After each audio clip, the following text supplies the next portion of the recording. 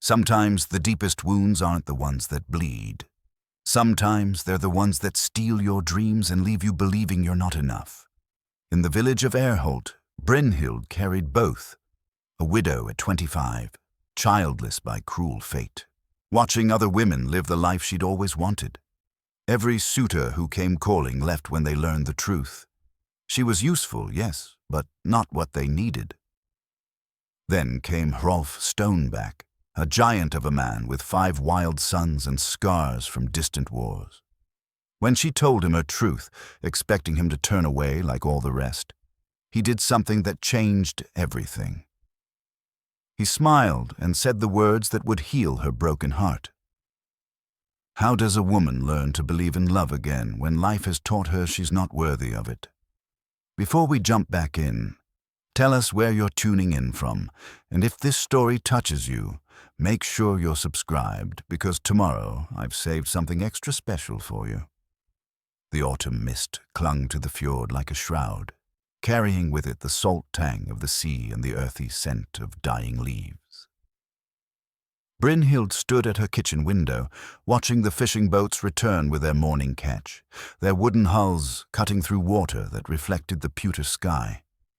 The simple silver ring on her finger caught the weak sunlight, a thin band worn smooth by 7 years of faithful wearing, even after the man who'd placed it there had been lowered into the cold earth. At 32, she had learned to find peace in solitude, though it hadn't come easily. The cottage she'd shared with Einar now felt both too large and perfectly sized. Too large for one person's footsteps, perfectly sized for a woman who'd grown comfortable with her own company. She'd kept everything just as it was. His fishing nets still hung in the shed. His favorite wooden cup still sat on the shelf above the hearth, and his side of the bed remained untouched, though she'd long since moved to sleep in the center. The illness that had taken her ability to bear children had come 3 winters after Einar's death, a fever that burned through her for weeks and left her body forever changed. The village healer, old Astrid, had been gentle but clear in her words. "The womb sleeps now, child. It will not wake again." Brynhild had nodded, accepting this final blow with the same quiet dignity she'd shown when burying her husband. What else could she do? The morning routine never varied. Rise before dawn, tend the small garden behind the cottage, prepare simple meals for herself and often extra for the elderly neighbors who'd grown to depend on her kindness. She'd become the woman others turned to for comfort, skilled with healing herbs, patient with children's scrapes, wise enough to offer counsel when marriages grew strained or harvests came up short. But always, she remained on the periphery of the families she helped, welcomed but never belonging. Brynhild. The voice belonged to young Sigrid, barely 17 and glowing with the health of early pregnancy. "Mama sent me to ask if you have any of that chamomile tea. The baby's been restless." She smiled and invited the girl inside, moving with practiced efficiency to prepare a small packet of the dried herbs.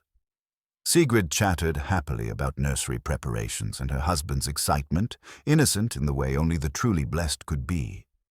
Brynhild listened with genuine warmth, asking the right questions, offering gentle advice about sleeping positions and morning sickness remedies. "You know so much about babies," Sigrid said, accepting the tea with grateful hands. "You'll make a wonderful mother someday." The words struck like they always did, a small blade between the ribs. "I hope you rest well tonight," Brynhild replied, guiding the conversation elsewhere with the skill of long practice. After Sigrid left, the cottage felt even quieter than usual. Brynhild returned to her kitchen work, kneading dough for the evening bread, her hands moving in the familiar rhythm that required no thought. This was her life. Useful, peaceful, and fundamentally alone. She'd made peace with it, truly she had. The alternative was bitterness, and she'd seen where that path led. The sound of approaching horses interrupted her thoughts. Not unusual, the main path to the village ran past her cottage, and travelers often stopped for directions or to water their mounts. But these hoofbeats sounded different, heavier, more numerous. accompanied by the distinctive jingle of metal that spoke of warriors rather than merchants. She wiped her hands on her apron and stepped outside, shading her eyes against the afternoon sun. What she saw made her breath catch in her throat. A war band approached, but not the wild raiders that sometimes troubled the coast. These men rode with discipline, their weapons secured but ready, their bearing that of soldiers returning home rather than seeking conquest. At their head rode a man who seemed carved from the mountains themselves, broad-shouldered and tall, even seated on his massive destrier, with iron-gray hair braided with silver rings and a beard that spoke of years spent in harsh climates. But it wasn't the warrior who captured her attention. It was the children. 5 boys rode behind him, ranging in age from perhaps 6 to 14, each mounted on a sturdy pony and looking like smaller versions of their giant father. They chattered among themselves in the way of children who'd grown comfortable with long journeys, pointing at interesting sights and nudging each other when something caught their attention. The youngest, barely more than a baby really, rode secured in front of one of his older brothers, his blond head bobbing with the horse's motion. The war band slowed as they approached her cottage, and the giant at their head raised his hand in peaceful greeting. His eyes, she noticed, were the deep blue of storm-tossed seas, set in a face that bore the weathered maps of countless campaigns. When he spoke, his voice carried the rough warmth of a man more accustomed to battlefield commands than polite conversation. "Good day to you, woman. Would you be so kind as to direct us to the hall of Jarl Magnus? We've traveled far, and the children grow weary." Something in his tone, protective, concerned for his boys rather than impatient with their needs, stirred a recognition in her chest. This was a father, not just a warrior. "You're nearly there," she said, stepping closer to point down the path. "Follow the road until you see the great oak with the split trunk. The hall lies just beyond, beside the stream." He nodded his thanks, but before he could turn away, the youngest boy, the one secured in his brother's arms, began to fuss. The child was clearly tired, overwhelmed by the long journey, and his whimpering quickly escalated to full tears. The older brother holding him looked helpless, and several of the warriors shifted uncomfortably in their saddles. Without thinking, Brynhild approached the horse. "May I?" The older boy, perhaps 12, with his father's strong jaw but still soft with youth, looked uncertainly between her and the giant warrior. At the man's nod, he carefully passed down his little brother. The moment Brynhild took the child into her arms, something shifted in the air around them. The boy's cries faded to sniffles, then to curious silence as he studied her face with eyes exactly like his father's. She hummed softly an old lullaby her own mother had sung, swaying slightly in the unconscious rhythm that seemed to live in a woman's bones, whether she'd borne children or not. "He's beautiful," she said softly, smoothing the boy's hair. "What's his name?" "Ulf," said the older brother, sliding down from his horse to stand beside her. "He's been cranky all morning. We left before dawn and he doesn't like the saddle." The other boys dismounted as well, drawn by some invisible magnetism to gather around her. They introduced themselves with the easy confidence of children who'd been raised with love. Eric, the eldest at 14 with serious eyes and his father's steady bearing. Bjorn, 12 and clearly the protector of his younger brothers. Leif, 10 and quick with a smile that spoke of mischief barely contained. And Olaf, 8 and shy, hanging back slightly but watching her every movement with careful attention. "And you?" she asked, looking up at the giant who still sat his horse, watching the scene with an expression she couldn't quite read. "Hrolf Stoneback," he said simply. "These are my sons." Something in the way he said it, proud but weary, loving but burdened, spoke of a man carrying more weight than just his own armor. She found herself studying his face more carefully, noting the lines around his eyes that spoke of laughter as well as hardship, the careful way he watched his children, the slight slump in his shoulders that suggested exhaustion, bone deep. "You've traveled far," she observed, still holding little Ulf, who had fallen asleep against her shoulder. "From the Eastern campaigns. 3 years we've been gone." His voice carried a note of something, relief, perhaps, or anticipation. "The boys have been patient, but they're eager to see home. As are you, I imagine." He nodded, and for a moment his guard dropped enough for her to see the man beneath the warrior's facade. Tired, lonely, carrying the weight of responsibility for 5 young lives, with no one to share the burden. It was a look she recognized, though she'd only seen it in her own mirror. Little Ulf stirred in her arms, making soft sleeping sounds that drew a smile from his father. "He's taken to you," Hrolf observed. "That's unusual. He's been wary of strangers since—" He stopped himself, the words cutting off abruptly. "Since his mother died," she finished gently. It wasn't really a question. She'd seen the signs, the way the older boys protected their youngest brother, the careful attention Hrolf paid to his children's needs, the absence of any woman in their traveling party. Hrolf's jaw tightened slightly, but he nodded. 2 years passed, in childbirth. The words came out flat, matter-of-fact, but she could hear the pain beneath them. "The boys, they've had only me since then." "They seem well-loved," she said, and meant it. Despite their travel-worn clothes and the weariness in their young faces, the boys carried themselves with confidence. They laughed easily, touched each other with casual affection, and looked at their father with clear adoration. Whatever else Hrolf Stoneback might be, he was a good father. "I try," he said simply. "But a man alone. It's difficult to be both father and mother." The words hung in the air between them, weighted with implications neither was ready to explore. Brynhild felt something shift in her chest, a stirring of possibility she'd thought long dead. But then reality reasserted itself. What could she offer a man like this? What need could she possibly fill in a life already complete with children and purpose? "You should continue on," she said, carefully passing Ulf back to Bjorn. "Jarl Magnus will want to hear news of the Eastern Wars, and the children need proper rest."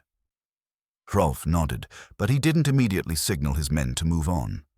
Instead, he studied her face with those storm-blue eyes, as if memorizing it. "We're grateful for your kindness," he said finally. "The boys don't forget such things." "Neither do their fathers," his tone seemed to add, though the words remained unspoken. As the war band prepared to leave, young Eric approached her one more time. "What's your name?" he asked with the directness of youth. "Brynhild." He smiled, the first truly carefree expression she'd seen from him. "I like that name. It sounds strong."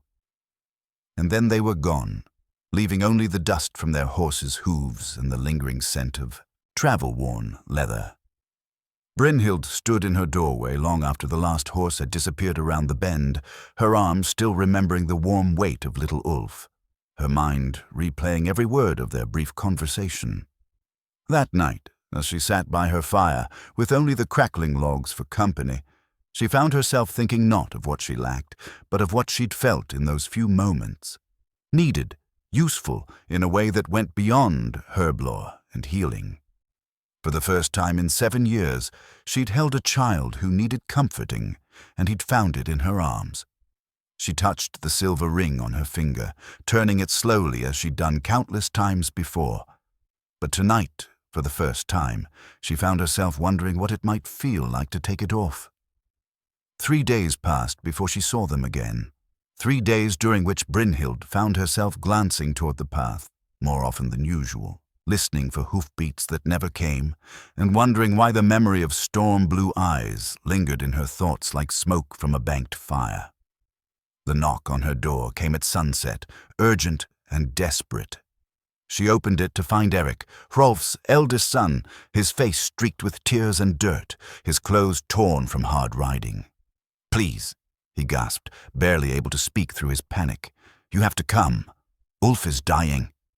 Her healer's training took over before her mind could fully process his words. She was already reaching for her herb satchel, her cloak, checking that her bone needles and sinew thread were secure in their leather pouch. "What happened?" "He fell," Eric said, wiping his nose with his sleeve. "From the loft in Magnus's hall. He was playing with the other boys, and he fell." His voice broke on the last word. "Father sent me to fetch you. The Jarl's healer says there's nothing to be done." The ride to Magnus's hall passed in a blur of pounding hooves and Eric's tearful explanations. Ulf had been exploring with his brothers, climbing in the storage loft above the great hall. A board had given way, and the 6-year-old had fallen nearly the height of 2 men onto the stone floor below. He'd struck his head, and since then had not awakened. "Father won't leave his side," Eric said. "He just sits there, holding Ulf's hand, and he looks—" The boy struggled for words. "He looks like he did when Mother died." Brynhild's heart clenched at the pain in the young voice. She urged her horse faster, though part of her wondered what she could do that Magnus's trained healer could not. But Eric had come to her, and that meant Hrolf had sent him. That meant something, even if she didn't yet understand what. Magnus's hall blazed with torchlight, unusual for the late hour. Warriors and servants moved about with hushed voices, their faces grave. Someone took her horse as she dismounted, and Eric led her quickly through the great hall toward the family quarters beyond. She found them in a small chamber lit by oil lamps, their warm light casting dancing shadows on the wooden walls. Hrolf sat beside a narrow bed, his massive frame folded into a chair too small for him, one weathered hand holding a tiny pale one. The other 4 boys clustered nearby, their young faces etched with fear and helplessness. On the bed, little Ulf lay still as death, his breathing so shallow she had to watch carefully to see the slight rise and fall of his chest. His blonde hair was matted with dried blood, and his skin had the waxy pallor that spoke of serious injury. "Thank the gods," Bjorn whispered when he saw her. "Father said that maybe you could—" Hrolf looked up at her approach, and the expression in his eyes nearly stopped her breath. Raw desperation warred with fading hope, the look of a man watching his world crumble for the second time. When he spoke, his voice was hoarse from hours of silent vigil. "I don't know why I sent for you," he said honestly. "Magnus's healer is skilled, and he says—" He couldn't finish the sentence. "May I examine him?" Hrolf nodded and moved aside, though he didn't release his son's hand. Brynhild knelt beside the bed, her experienced fingers gentle as they explored the injury. The skull felt intact beneath the matted hair, which was good, but the child's responses to her touch were worryingly minimal. "How long has he been like this?" "Since this afternoon." "Nearly 6 hours now." Hrolf's voice was steady, but she could hear the effort it cost him. She continued her examination, checking the boy's eyes with a small lamp, testing his responses to gentle pressure points her mentor had taught her years ago. What she found gave her both hope and fear. Hope because the skull didn't seem fractured, fear because head injuries could be treacherous even when they appeared mild. "There's bleeding inside his head," she said quietly, aware that every person in the room hung on her words. "Not much, I think, but enough to cause the deep sleep. Sometimes—" She paused, choosing her words carefully. "Sometimes the bleeding stops on its own and the body heals, but it requires time and careful tending." "What kind of tending?" Hrolf leaned forward, desperate for anything that might help his son. Herbs to ease the swelling, gentle movement of his limbs to keep the blood flowing properly. Someone must watch him constantly, because if he worsens— She met his eyes directly. "If he worsens, he must be kept breathing. Sometimes people with such injuries forget how." Magnus's healer, an elderly man named Thorvald, stepped forward from where he'd been standing in the shadows. "I've seen such injuries before," he said, his voice kind but firm. "The boy will likely pass in the night. It would be a mercy to let him go peacefully." "No." Hrolf's voice was flat, absolute. We don't give up. Thorvald spread his hands. I mean no disrespect, Stoneback, but I've done all I can. The woman may have different herbs, but the outcome will be decided by the gods, not by men, Hrolf interrupted. He looked at Brynhild. Tell me what you need. For the next several hours, she worked with quiet intensity, preparing poultices to reduce swelling, brewing teas to help the boy's body fight the injury, showing Hrolf and his sons how to exercise Ulf's arms and legs to keep his blood flowing. It was demanding work, requiring constant attention, but it gave them all something to do besides watch helplessly. As the night wore on, the older boys eventually succumbed to exhaustion, curling up on blankets in corners of the room. But Hrolf remained awake, following Brynhild's instructions with the focused dedication of a man accustomed to fighting battles he couldn't afford to lose. "Why are you helping us?" he asked during a quiet moment as they worked together to change the boy's position. "You barely know us." Brynhild considered the question as she checked Ulf's breathing. "When I was ill, the fever that left me barren, Einar sat with me for 9 days and nights. He never left my side, never stopped fighting for me." She smoothed the boy's hair gently. "I know what it means to have someone refuse to give up on you." Hrolf was quiet for a long moment. "Your husband sounds like a good man." He was. She adjusted the poultice on Ulf's head. "But he's been gone 7 years now. The living need tending too." Something passed between them in that quiet room, an understanding that went beyond words. Here was a man who knew loss, who understood the weight of carrying on alone. Here was a woman who'd learned to find purpose in healing others' pain, even when her own remained unhealed. As dawn approached, something changed in Ulf's breathing. It grew stronger, more regular, and his color began to improve from wax pale to something closer to natural. When Brynhild checked his responses to gentle stimulation, she found them noticeably better than they'd been at midnight. "He's fighting," she told Hrolf softly. "The bleeding may be stopping." For the first time since she'd arrived, hope flickered in his storm-blue eyes. "Will he?" "I don't know," she said honestly. "But he's stronger now than he was. That's something." As if summoned by their voices, Ulf's eyes fluttered open. They were unfocused at first, confused but unmistakably aware. When they found his father's face, the boy's lips curved in the faintest of smiles. "Papa?" The word was barely a whisper, but it carried the weight of answered prayers. Hrolf's composure, so carefully maintained through the long night, cracked completely. Tears streamed down his weathered cheeks as he gathered his son carefully into his arms, holding him with the desperate tenderness of a man who'd thought such moments were lost forever. "I'm here, little warrior," he whispered against the boy's hair. "Papa's here." Brynhild stepped back, giving them space for their reunion, but Hrolf's hand caught hers before she could move far.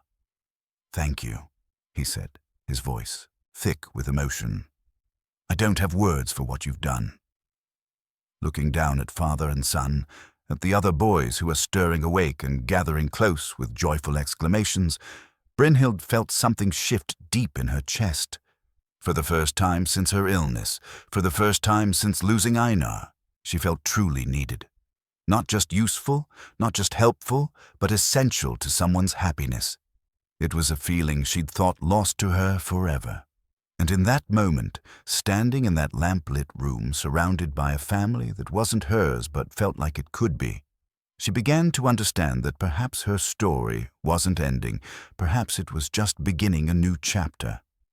The invitation came 3 days later, carried by young Leif on his shaggy pony.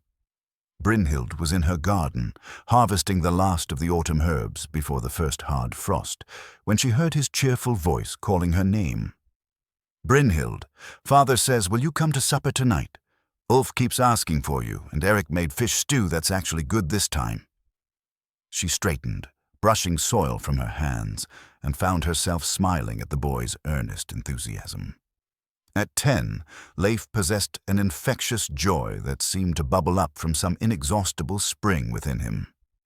And what makes this fish stew different from Eric's usual attempts? He didn't burn it, Leif said with the brutal honesty of a younger brother. And Bjorn helped, so there's actual salt in it instead of just hope and fish bones. The laugh escaped her before she could stop it, surprising them both with its genuine warmth. When had she last laughed like that? I suppose I should come then, if only to save you all from disappointment. Oh, good. Leif bounced in his saddle. Ulf's been asking every day when you're coming back. He thinks you're magic because you made his head stop hurting. Magic? If only he knew how ordinary her skills really were, how often they failed, how desperately she'd prayed over his small body that night. But to a 6-year-old who'd awakened from near death to find her face hovering over his, perhaps it did seem like magic. Tell your father I'll come at sunset, she said. And tell Ulf I'm bringing something special for him. Leif's eyes widened with curiosity, but she only smiled mysteriously and waved him on his way. Inside the cottage, she moved with purpose toward the wooden chest where she kept her most treasured possessions. Beneath layers of carefully folded linens lay what she sought, a small wooden horse, carved with intricate detail and worn smooth by countless small hands. Einar had made it during the early months of their marriage, back when they'd still believed children would come naturally, when every month brought hope rather than heartbreak. She'd kept it all these years, unable to discard something made with such love and anticipation, even after hope had died. Tonight, for the first time, it would serve its intended purpose. The walk, too. Magnus's hall took her along the familiar path, but everything felt different now.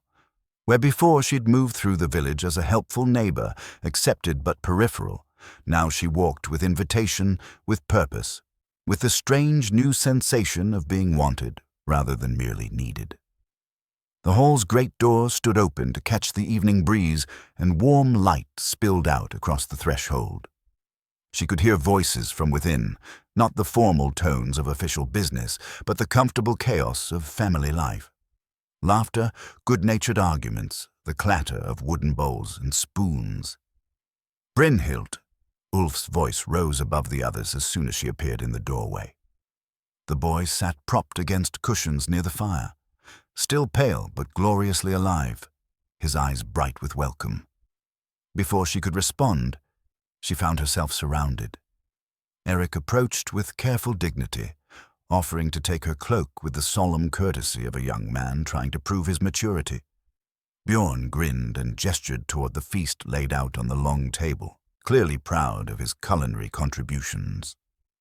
Olaf, the shy 8-year-old, hung back but watched her with careful attention, as if memorizing her presence. And Hrolf rose from his seat by the fire, with something that might have been relief in his storm-blue eyes. He was dressed simply, his warrior's gear set aside in favor of a clean wool tunic that made him look less like a battle-scarred veteran and more like what he truly was, a father trying to create a home for his children. "You came," he said, and there was genuine warmth in his voice. "I promised I would." She moved toward Ulf, who was practically bouncing with excitement despite his injury. "And I brought something for a brave little warrior who fought his way back from Valhalla's gates." The wooden horse emerged from beneath her cloak, and Ulf's gasp of delight made every year of keeping it worthwhile. His small hands reached for it with reverence, turning it over to examine every carved detail. "Did you make this?" he whispered, as if afraid speaking too loudly might make it disappear. "My husband did long ago. He would be happy to know it finally found the right boy to love it." Ulf clutched the horse to his chest, and when he looked up at her, his eyes shone with something deeper than gratitude. "I'll take very good care of him. I promise." The meal that followed was unlike anything she'd experienced in years, where her cottage dinners were silent affairs, punctuated only by the crackling fire. This table buzzed with conversation, laughter, and the comfortable chaos of a large family.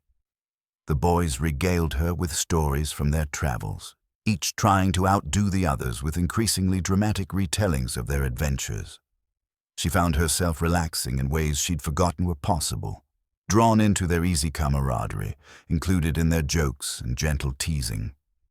When Leif spilled his ale and Olaf tried to help clean it up, only succeeding in spreading the mess further, she moved instinctively to assist, her hands working alongside Hrolf's to set things right.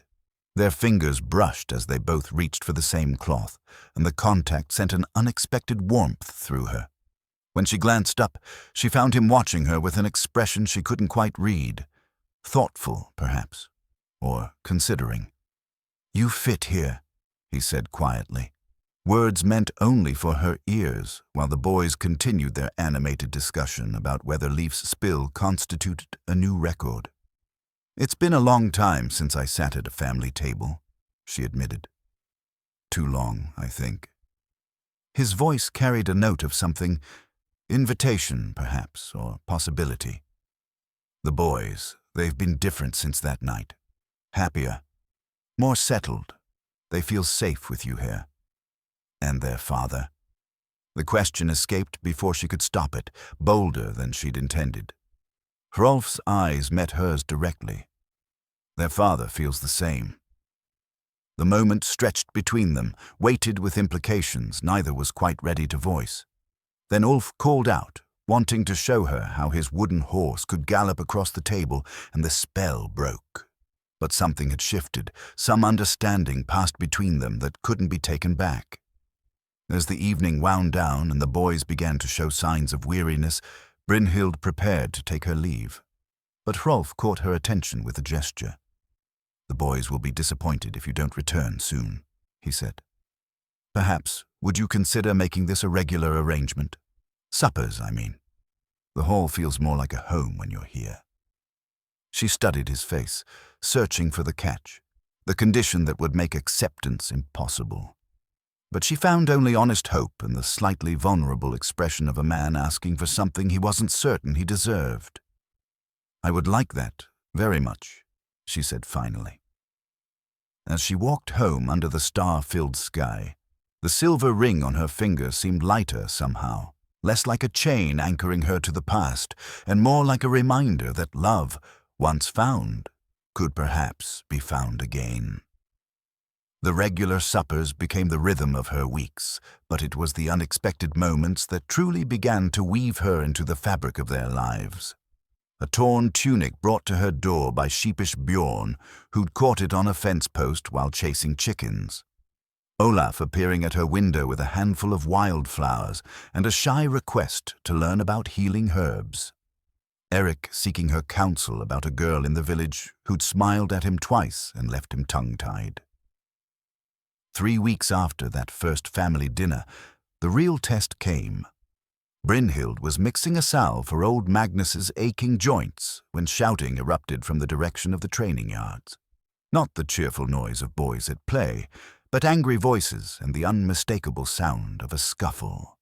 She dropped her pestle and hurried toward the commotion, arriving to find a crowd gathered around 2 figures rolling in the dirt.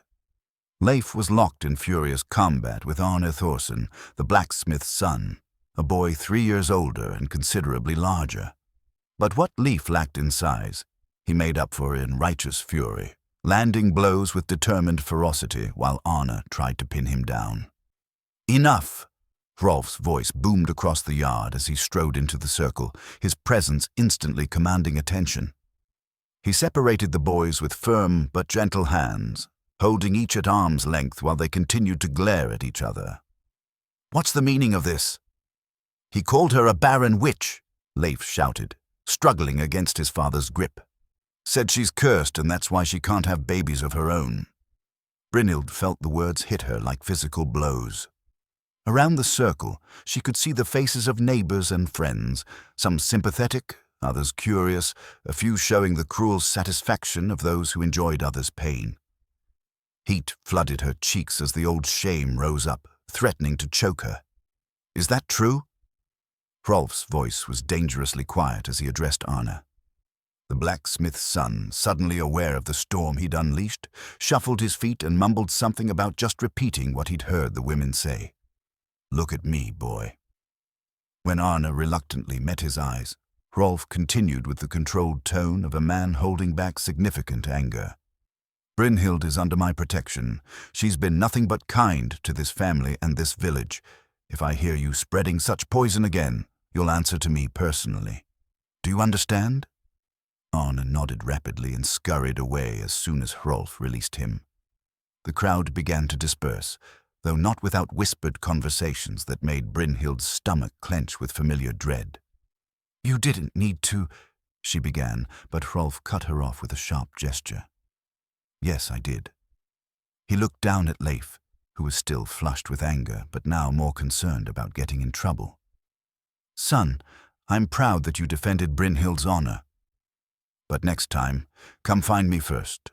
Fighting should be the last resort, not the first." "Yes, father. But I couldn't let him say those things about her."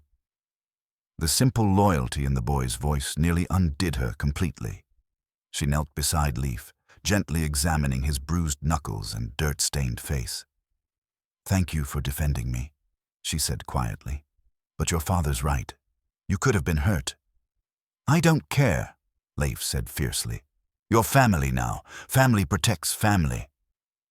Family. The word settled around her like a warm cloak, but it also carried weight. She was aware of Hrolf watching her, of the other boys who had gathered around during the commotion, of the village eyes still turned in their direction. This moment mattered in ways that went far beyond a childhood scuffle. "Come," she said, rising and taking Leif's hand. "Let's get those scrapes cleaned up." The walk back to the hall was quiet, but not uncomfortable. Hrolf fell into step beside her while the other boys flanked Leif, creating a protective circle around their bruised brother. It felt natural, this instinctive closing of ranks, this shared response to threat. In the family quarters, she tended Leif's wounds with practiced efficiency while the other boys watched with interest. Hrolf lingered near the doorway, and she could feel his attention like a physical presence. "Does it really not bother you?" Olaf asked suddenly. "What that boy said?" The question was innocent, born of genuine curiosity rather than malice, but it still made her pause in her ministrations. How did you explain to children the weight of social judgment, the way words could cut deeper than any blade? "It bothers me," she said honestly, continuing to clean Leif's scraped palm. "Words can hurt, especially when they touch something you're already sad about. But what matters more is what the people who care about you think." "We don't think you're cursed," Eric said with the serious conviction of his 14 years. "We think you're the best thing that's happened to us since—" He stopped, glancing uncertainly at his father. "Since your mother died," Hrolf finished quietly. "It's all right to say it, Eric. Your mother was a good woman, and Brynhild would want you to remember her with love." "But that doesn't mean there's no room for someone new," Bjorn added, his 12-year-old wisdom surprising them all. "Hearts aren't like bowls that get full and can't hold more." From the mouths of babes. Brynhild felt tears prick her eyes at the simple profundity of it. These children, who had known loss and learned to love again, understood something that many adults struggled with, that healing didn't require forgetting, that new love didn't diminish old. That evening, after the boys had gone to their beds and the hall had settled into quiet, Hrolf found her sitting by the dying fire, staring into the embers with unseeing eyes. "Regrets?" he asked, settling into the chair beside her. "About fighting for Leif?" "Never." She looked at him, taking in the lines of weariness around his eyes, the way his shoulders carried the weight of constant responsibility. "But I worry about what this means for all of you. Village talk can be cruel. Let them talk," he said with quiet conviction. "My sons have spoken, and they're wiser than most adults I know. You belong here, Brynhild, not as a guest or a friend doing favors, but as family." The words hung in the air between them, heavy with meaning. She thought of little Ulf clutching his wooden horse, of Leif's bruised knuckles and fierce loyalty, of the easy way she'd fallen into their rhythms and routines. "I'm not their mother," she said finally. "No," Hrolf agreed. "You're something else entirely. You're the woman who chose to love them when you didn't have to. In many ways, that makes what you give them even more precious." As she walked home that night, Brynhild found herself thinking not about Arne's cruel words, but about Leif's fierce defense, about Bjorn's wisdom, about hearts not being like bowls, about the way this family had claimed her as surely as she'd claimed them. The silver ring on her finger caught the moonlight, but for the first time, instead of seeing it as a symbol of what she'd lost, she saw it as proof of what she was capable of. Deep, abiding love that could survive loss and bloom again. The first winter storm arrived early, sweeping down from the mountains with a fury that caught everyone unprepared. Brynhild woke to find her cottage walls groaning under the assault of wind that howled like the voices of the dishonored dead. Snow drove against her shutters with the persistence of an army laying siege, and when she tried to venture outside to check on her animals, the wind nearly knocked her from her feet. By midday, when the storm showed no signs of abating, she began to worry about the boys. Magnus's hall was sturdy, built to withstand such weather, but she knew how Ulf fretted during storms, how Olaf grew quiet and withdrawn when thunder crashed overhead. They would need comfort, distraction, perhaps extra blankets and hot food. She was gathering supplies when the pounding came at her door, not the gentle knock of a neighbor, but the desperate hammering of someone in real need.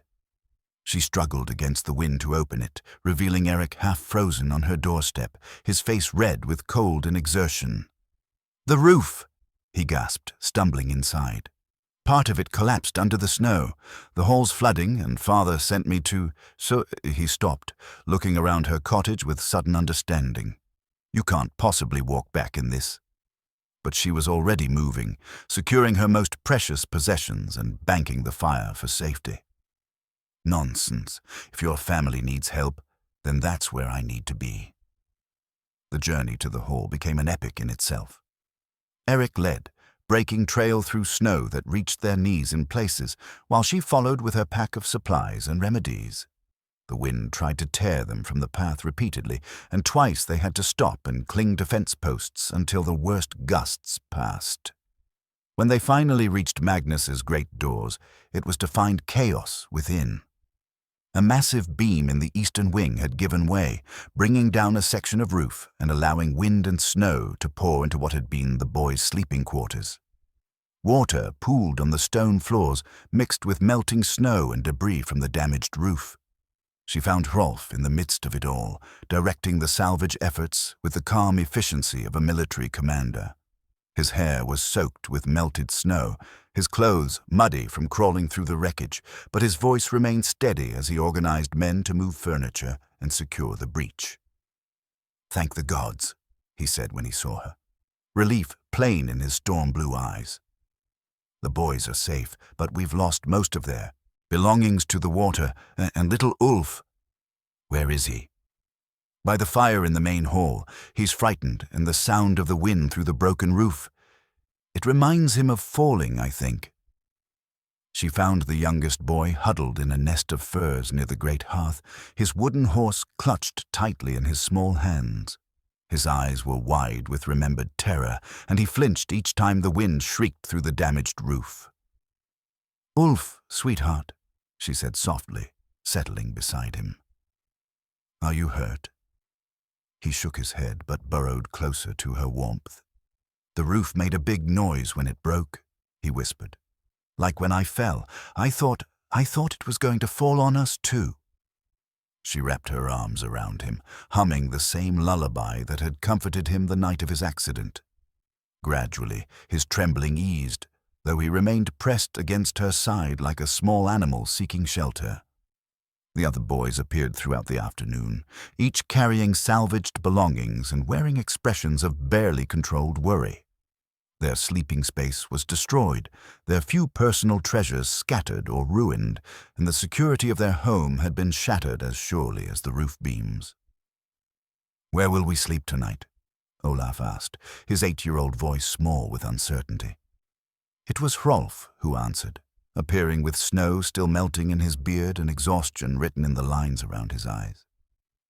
Magnus has offered space in the servants' quarters, but it's not ideal for— "Come to my cottage," Brynhild interrupted, the words coming without conscious thought. "All of you. It's warm and dry, and there's room enough if we don't mind being close together." The silence that followed her offer stretched long enough for her to wonder if she'd overstepped.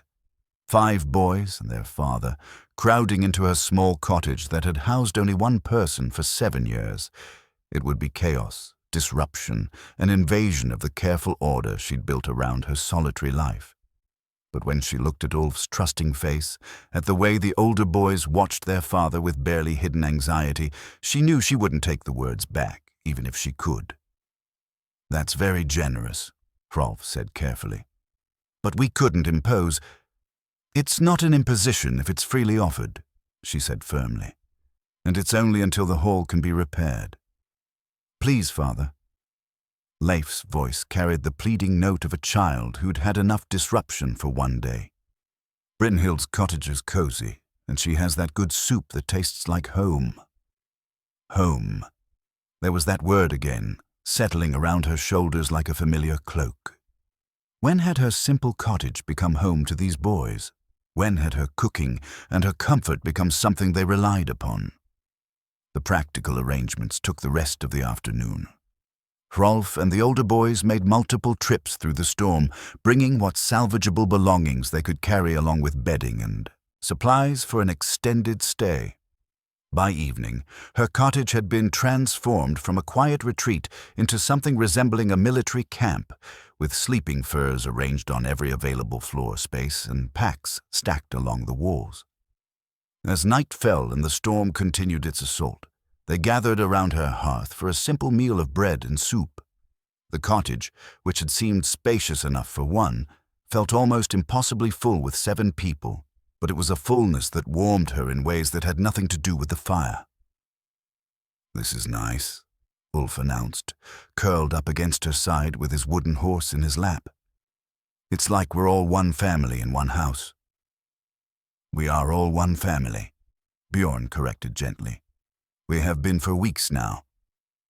Brynhild glanced at Hrolf and found him watching her with an expression that made her breath catch.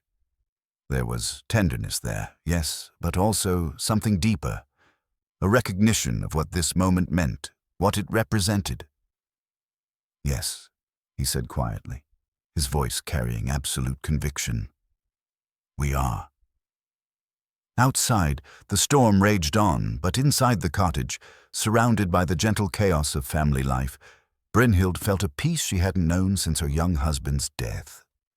This was what she'd lost, what she'd grieved for without fully understanding, not just the absence of children, but the presence of belonging, of being essential to other people's happiness. As she helped settle the boys for sleep, tucking furs around them and answering their whispered questions about tomorrow, she realized that her old life, the careful, controlled existence she'd built around her solitude, was ending as surely as if another roof had collapsed.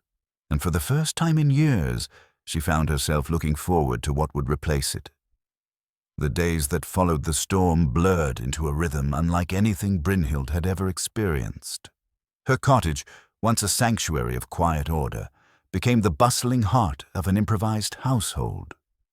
She woke each morning to the sounds of whispered conversations as the older boys tried not to wake their sleeping brothers, to the soft snores of little Ulf curled in his nest of furs, to the careful movements of Hrolf as he tended the fire and prepared for another day of repair work. On the 3rd morning, she found him sitting by the hearth before dawn, staring into the flames with the distant expression she'd learned meant he was wrestling with difficult thoughts. "Regrets?" she asked quietly, using his own word from weeks before. He looked up, and the smile that crossed his weathered features held more warmth than the fire itself. "About bringing my chaos into your peaceful life? I should have them. But watching my sons sleep safely in your home, seeing them happy and settled. No, I can't regret that. And their father, is he happy and settled?" The question emerged more boldly than she'd intended, colored by the intimacy of these shared mornings, these quiet conversations, while the rest of the household slept. Living in such close quarters had stripped away many of the polite distances they'd maintained before, leaving them with a dangerous honesty. "Their father is discovering things about himself he thought were dead and buried," Hrolf replied after a moment. "Dangerous things for a man my age to be feeling." "Such as?" He turned to face her fully, and the look in his storm-blue eyes made her breath catch. "Such as the way his heart speeds when you smile at his children. Such as how right it feels to wake up in a house that smells like you're cooking. Such as wondering whether a woman who's already given them so much might consider giving them even more." The words hung in the air between them, heavy with possibility and risk. Brynhild felt her own heart racing, torn between the longing his words awakened and the familiar voice of caution that had protected her from further hurt for so many years. "Hrolf?" "I know," he said quickly. "I know what I'm asking. I know what the village whispers about you, about us. I know you've built a life that doesn't need complications from a wandering warrior and his pack of boys. That's not. But I also know what I see when you look at my sons," he continued, his voice growing stronger. "I see a woman who loves them as if they were born from her own body. I see someone who's made them feel safe and cherished in ways I couldn't manage alone. And I see—" He paused, vulnerability flickering across his features. "I see someone who might learn to love their father too, if he proved himself worthy of it." Before she could respond, the sound of stirring came from the corner where the boys slept. Young voices, thick with sleep, began the daily ritual of complaints about cold floors and requests for breakfast. The moment shattered, but its echoes lingered as they moved through the morning routine of feeding 6 hungry males and preparing them for another day. It was Eric who brought the news that would change everything. He burst through the cottage door at midday, his young face flushed with excitement and something that might have been worry. "Father, Jarl Magnus wants to see you immediately. There are visitors, important ones." Hrolf set down the roof beam he'd been shaping and wiped his hands on his tunic. "What kind of visitors?" "From King Harold's court. They arrived an hour ago with a full escort. Magnus wouldn't say why they've come, but—" Eric glanced uncertainly at Brynhild, then back at his father. "They asked specifically for you." The silence that followed was weighted with implications none of them wanted to voice. Visitors from the royal court didn't arrive unannounced in remote villages unless something significant was happening. A new campaign, a summons to service, or worse. "I'll come immediately," Hrolf said, his voice taking on the clipped efficiency of a military commander. "Boys, stay here with Brynhild until I return." "But father," Bjorn started. "Stay here," Hrolf repeated firmly. "Whatever this is about, I need to know my sons are safe." After he left, the cottage felt hollow despite being filled with worried voices. The boys clustered around Brynhild like chicks seeking shelter under their mother's wing, their earlier cheerfulness replaced by the instinctive anxiety of children who'd learned that adult conversations often meant upheaval in their lives. "What if they want him to go away again?" Olaf whispered, voicing the fear they all carried. "What if they want him to fight in another war?" Leif added, his usual brightness dimmed by worry. Brynhild gathered them close, her mind racing with the same concerns. Hrolf was a renowned warrior, a valuable asset to any king planning campaigns. The Eastern Wars had ended, but there were always other conflicts, other needs for experienced commanders. "Your father is strong and clever," she said, trying to project more confidence than she felt. "Whatever they want, he'll find a way to do what's best for his family." But even as she spoke the reassuring words, her own heart was clenching with newfound understanding. Somewhere in the past weeks, without conscious decision, she'd begun to think of this chaos as permanent. These boys sleeping in her cottage, Hrolf's quiet presence in her mornings, the daily challenges and joys of family life. It had all started to feel like a reality rather than a temporary arrangement. Now, faced with the possibility of losing it all, she realized how deeply she'd come to depend on this new life. How much she'd come to love not just the children who'd claimed her heart, but the man who'd given them to her. The afternoon stretched endlessly. She tried to keep the boys occupied with tasks and stories, but her attention kept drifting to the door, listening for the sound of returning footsteps. When shadows began lengthening toward evening and still no word came, even her facade of calm began to crack. It was full dark when Hrolf finally returned, his face grave in the lamplight. The boys rushed to greet him, but something in his expression made them pull up short, suddenly uncertain. "Is everything all right?" Brynhild asked, though she could see from his face that it wasn't. Hrolf looked at his sons, then at her, and she saw him struggling with words he didn't want to speak. "We need to talk," he said finally. "All of us. There are decisions to be made." The careful life she'd begun to imagine, the family she'd dared to dream might be hers, suddenly felt as fragile as morning frost. Whatever news those royal visitors had brought, it was about to change everything once again, and this time she wasn't certain any of them would emerge unscathed. Hrolf stood before the dying fire, his massive frame casting long shadows on the cottage walls. The boys had arranged themselves in a semicircle on their sleeping furs, faces upturned with the solemn attention they reserved for truly important moments. Brynhild remained by the hearth, her hands twisted in her apron, preparing herself for words that would shatter the fragile happiness they'd built. "The visitors brought news from King Harold's court," Hrolf began, his voice carefully controlled. "There's been a development, something that affects us all." Eric, ever the responsible eldest, leaned forward. "Are you being called back to war, father?" "No." Hrolf's mouth curved in what might have been a smile if it had held any warmth. "Not war. Something far more complicated." He paused, seeming to gather himself. "The visitors came to inform me that I've been granted lands, a substantial holding in the western valleys, fertile ground, good hunting, a proper hall already built." The boys erupted in excited whispers, but Brynhild felt her heart sink. A land grant meant status, wealth, opportunity, everything a man could want for his children's future.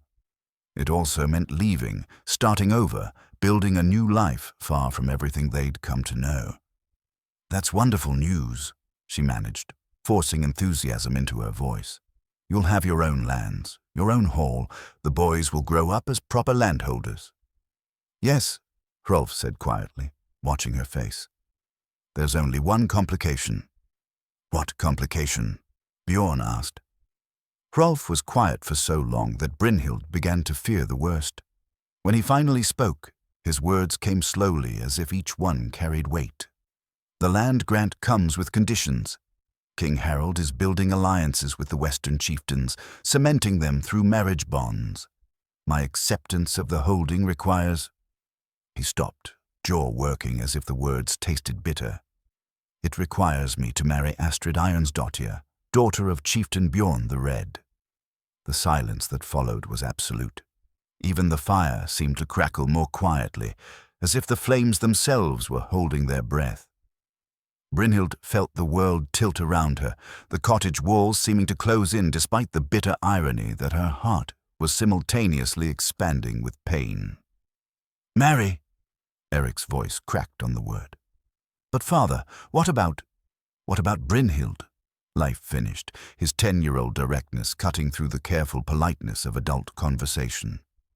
Hrolf's eyes met hers across the fire, and she saw her own anguish reflected in their storm-blue depths.